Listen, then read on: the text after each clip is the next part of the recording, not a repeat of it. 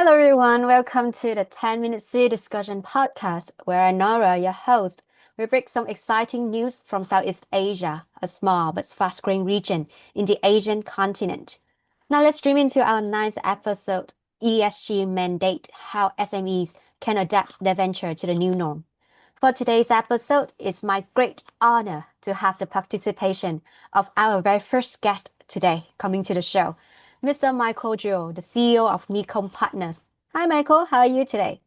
Very good. How about you? Yeah, I'm doing fine. Okay, so Michael, as a warm-up for our discussion, let's start small first.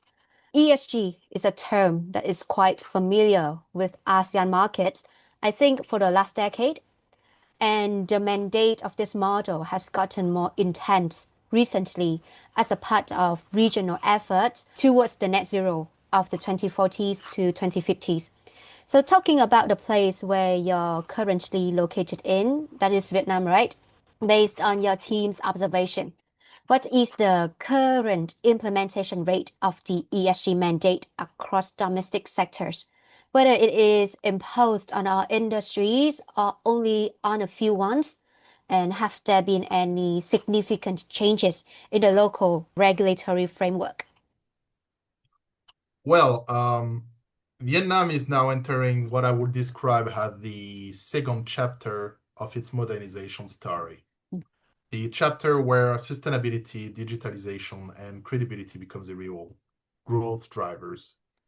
Um, Over the past 10 years, the country has achieved what few developing economies could.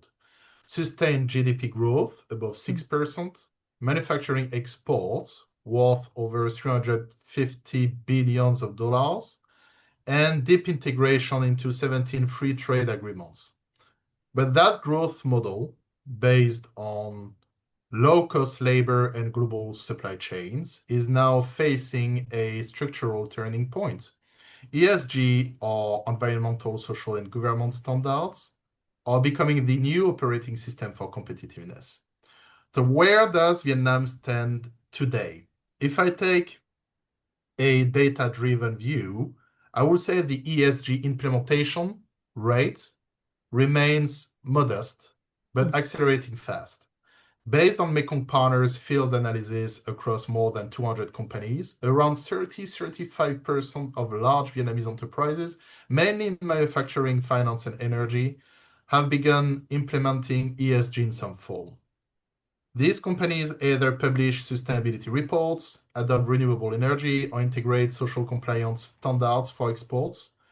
You see it clearly in the apparel and electronic sectors, where buyers from the EU or US now require due diligence audits, carbon accounting, and worker safety documentation.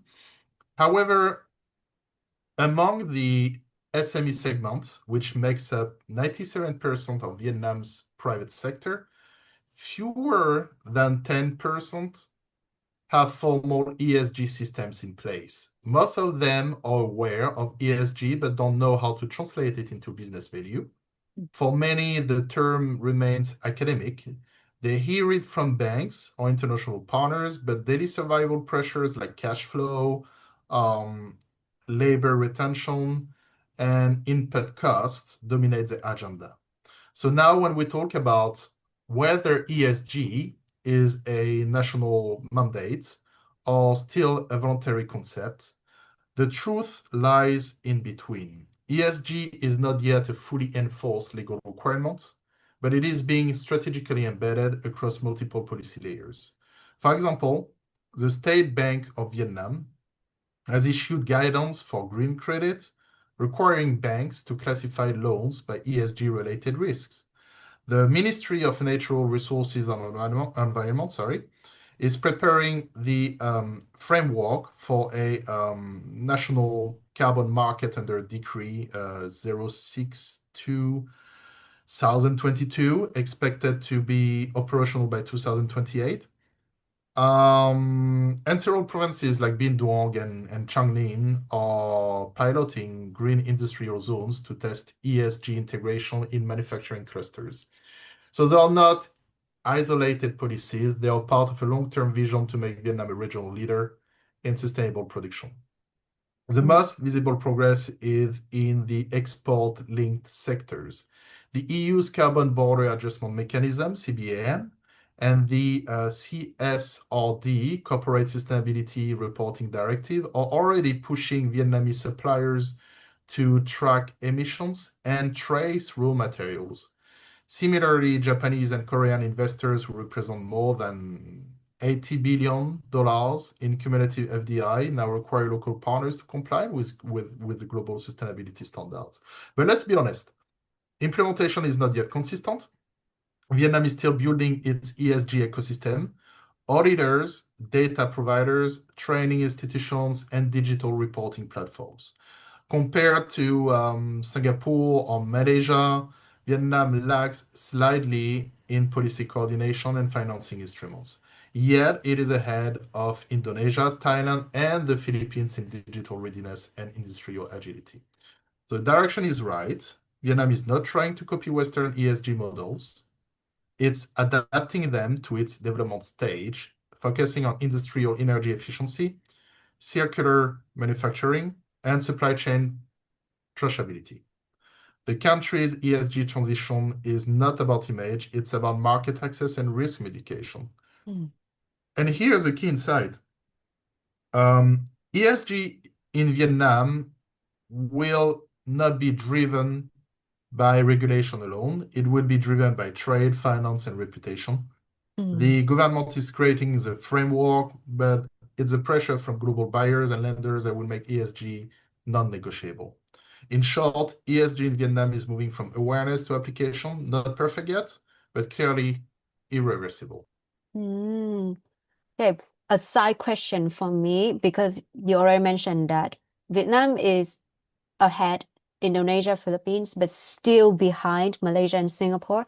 At the same time, the implementation is yet to be consistent, we would say. But right now, as you said, Vietnam is on the right track. If you can make an evaluation, how long will it take for Vietnam to have a more structural ESG ecosystem? Will it take more years, like 5 or 10 years, or it will be fewer than that?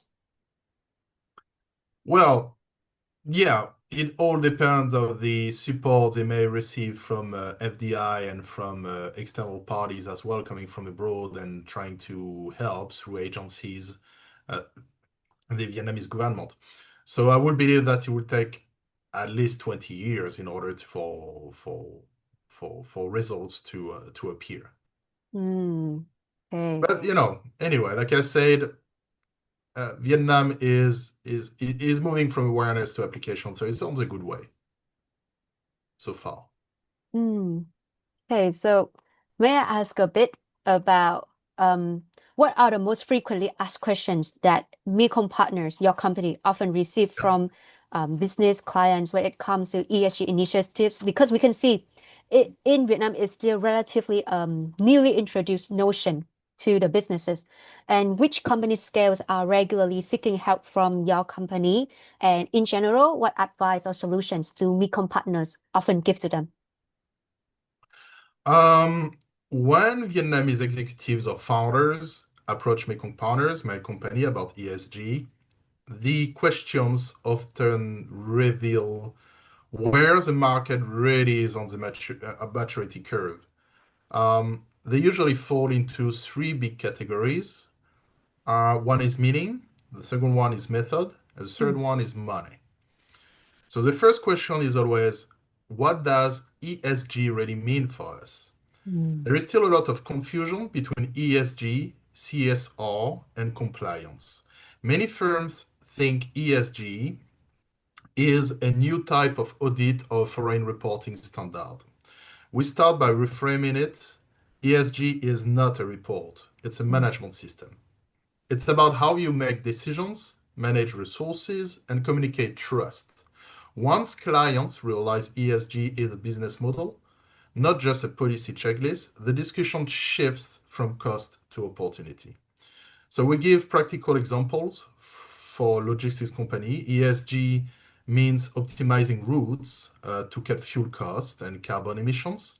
For a textile factory, it means reducing water use, recycling wastewater, or switching to solar. ESG is not an abstract label, it's operational excellence that pays back over time. And the second question is, where do we start? Vietnamese entrepreneurs are, I would say, pragmatic from the experience I have with them. They don't want theory, they want steps. We tell them start with governance. It's always G before E and S. Governance doesn't require big budgets, it requires structure. Assigning responsibility, recording actions, tracking performance. Even a small family-run business can implement governance by using simple reporting templates and internal codes of conduct. Once the governance foundation is set, you can expand into environmental and social actions. And the third question, and the toughest one so far, is what the return on investment, the ROI? Well, then we answer with data. According to IFC, SMEs with ESG credential enjoy about 15-25% easier access to credit and up to 20% higher customer retention. In our own portfolio, companies that improved ESG transparency have seen direct export gains. For instance, one of my clients, Mekong Partner, located in Binh Duong, it's a wooden furniture producer, implemented basic waste tracking and renewable sourcing. Within a year, it secured a multi-year contract with a European retailer and reduced energy costs by 11%. ESG turned from compliance to competitiveness. So in terms of company profiles, our clients range from small manufacturers with 100 workers to large conglomerates employing thousands. The SMEs seek help to meet buyer audits and or get green financing. The big firms aim to embed ESG into board strategy and investor communications. So our role is to translate ESG into business language, measurable, local, and profitable. We help companies set realistic baselines, no greenwashing, no jargon. We implement a gradual transformation. So the message we give to all is simple. ESG isn't a burden. It's an investment in resilience. The sooner you start, the cheaper it becomes. Okay. Actually, when you said the sooner you start it, the cheaper it becomes. But Yeah. let's move into a bigger picture, a macro Mhm. setting outside Vietnam. So you know the online market in ASEAN is extremely vibrant, right? There are Yeah. platforms like Shopee, Lazada, and on social media like Facebook, Instagram, selling and buying activities are also very vibrant. And most ventures utilize these spaces for trade belong to the micro business category. So they may only have the scale of self-sustaining, where operations limited to small teams or even individuals, and they rely mainly on online platforms without significant like physical presence or capital investment. So in Right. this case, when you say we start earlier, it's cheaper. So will it be feasible for these kind of micro business to follow the G first formula? Because you can see they may not have enough capacity or capital to really transform, to really build a good structure for their business. Yeah. Yeah, that comes to the question actually how SMEs can comply with ESG despite limited resources, right? Yes. So, well, let's be honest. ESG compliance is not easy for SMEs in Vietnam, for example, abroad, here, wherever. They operate with thin margins, face tight credit, and often lack skilled managers. So, but that's also why ESG matters so much. When a small business organizes itself around efficiency, transparency, and trust, it gains stability that big firms often take for granted. We approach this challenge with what I call progressive compliance, meaning you build capability in steps, not all at once. So step one, governance first. Without governance, nothing else works. Governance is not bureaucracy, it's discipline. SMEs should start by assigning ESG roles, keeping digital records, and ensuring management accountability. Even small actions like documenting supplier contracts, safety audits, and waste management practices create trust with partners and banks. Then we have step two, which is prioritize low cost, high impact environmental measures. In Vietnam, energy and water are the biggest cost items for manufacturers. So installing metering systems, LED lighting, or heat recovery units can reduce consumptions by 10-20% with minimal investment. That's both sustainable and profitable.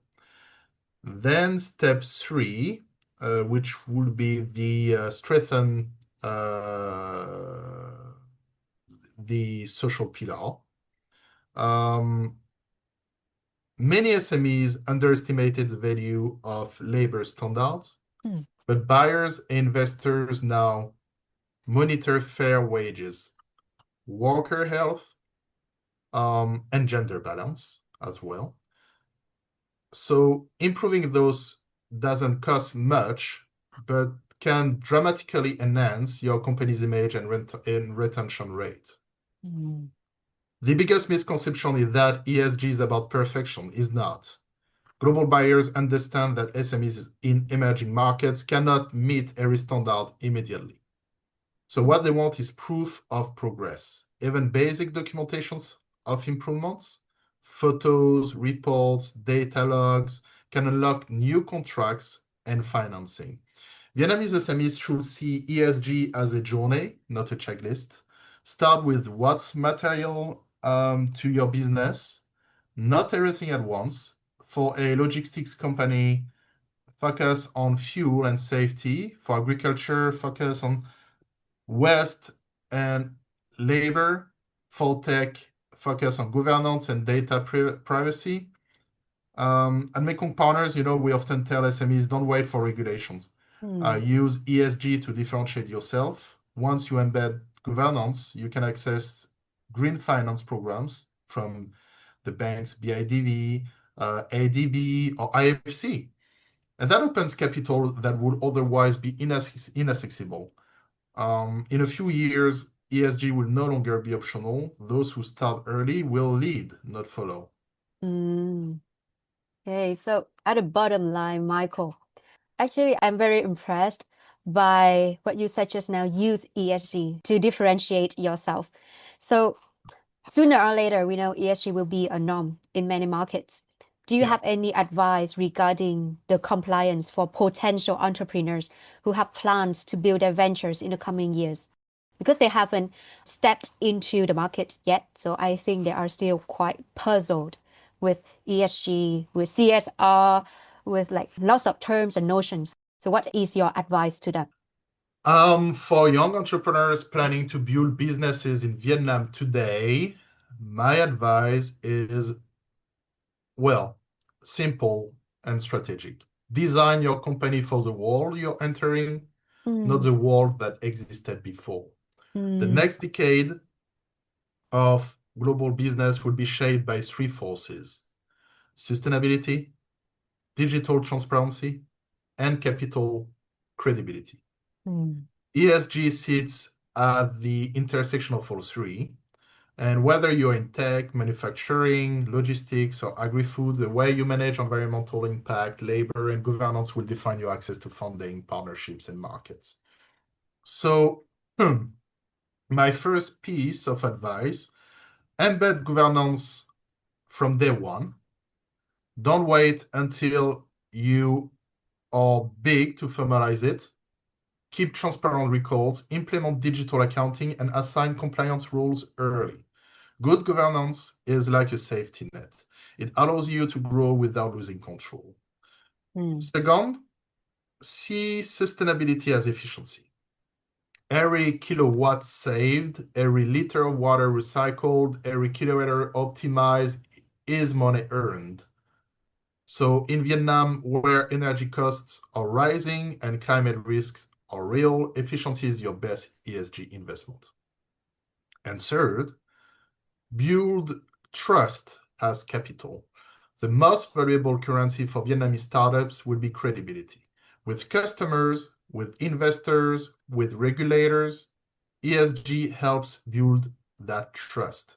It shows you're reliable, responsible, and ready for global collaborations. And finally, think regional from the start.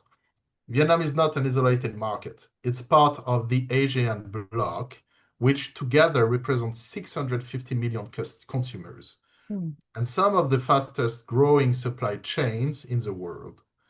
So build a company that can scale beyond borders. If you combine those principles, governance, efficiency, trust, and scale, ESG stops being a regulation and becomes your competitive edge. So the world is shifting from low cost to low risk production, and Vietnam is perfectly positioned to lead that shift. So the entrepreneurs who align early will define the country's next chapter of growth. Okay. Yes.